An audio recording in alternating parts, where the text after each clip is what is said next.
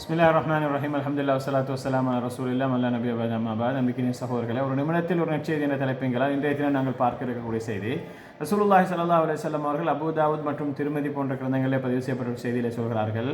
அதாவது ஐயுமா இம்ராத்தின் இஸ்தஅதரத், அதாவது எந்த ஒரு பெண் வாசனை திரவியங்களை பூசிக்கொண்டு தும்ம மர்ரத் அலா கௌமின் லியஜிது ரீஹஹா, அதாவது பின்னால் என்ன செய்கிறாள், அவள் வீட்டை விட்டு வெளியே போகிறாள், அந்த சமூகத்துக்கு வெளியே போகிறாள். எந்த அளவுக்கு என்று சொன்னால் அவளுடைய அந்த வாசனையை மற்ற மக்கள் நுகரக்கூடிய அளவுக்கு அவள் என்ன செய்கிறாள், வெளியே செல்கின்றாள்.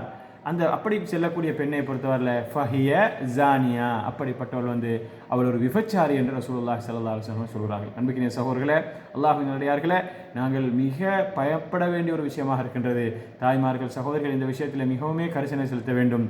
அந்த வாசனை திரவியங்களை பூசிக்கொள்வது என்பது தனக்கு வீட்டுக்குள்ளே இருக்கும் பொழுது தனது கணவனுக்கு காட்டுவதற்காக வேண்டி பூசிக்கொள்வது எந்த தடையும் கிடையாது. ஆனால் வெளியே செல்கின்ற பொழுது வாசனை திரவியங்களை பூசி இவ்வாறு ஒரு விபச்சாரிக்குரிய பண்பை நாங்கள் எடுத்துக்கொள்ளக்கூடாது. இந்த விஷயத்தில் ஆண் மக்களும் கூட தங்களுக்கு கீழே இருக்கக்கூடிய பெண் மக்களுடைய விஷயத்தில் மிகவும் கரிசனையாக இருக்க வேண்டும். அல்லாஹ் தஆலா பாதுகாக்க வேண்டும். எனவே அன்புக்குரிய சகோதரர்கள், அல்லாஹ்வின் அடியார்களே, வாசனை திரவியங்களை பூசிக்கொண்டு வெளியே மக்கள் நுகரக்கூடிய அளவுக்கு அதாவது தூக்கக்கூடிய வாசனை திரவியங்களை பூசிக்கொண்டு வெளியே செல்லக்கூடியது ஒரு விபச்சாரியுடைய பண்பு என்பதை நாங்கள் தெரிந்து இதை விட்டு தூரமாக கொள்வோம். அல்லாஹ் தஆலா அப்படிப்பட்ட நட்பாக்கியத்தை எங்கள் அனைவருக்கும் தந்தருவானாக. ஜஸாக்குமுல்லாஹ் ஹைரா.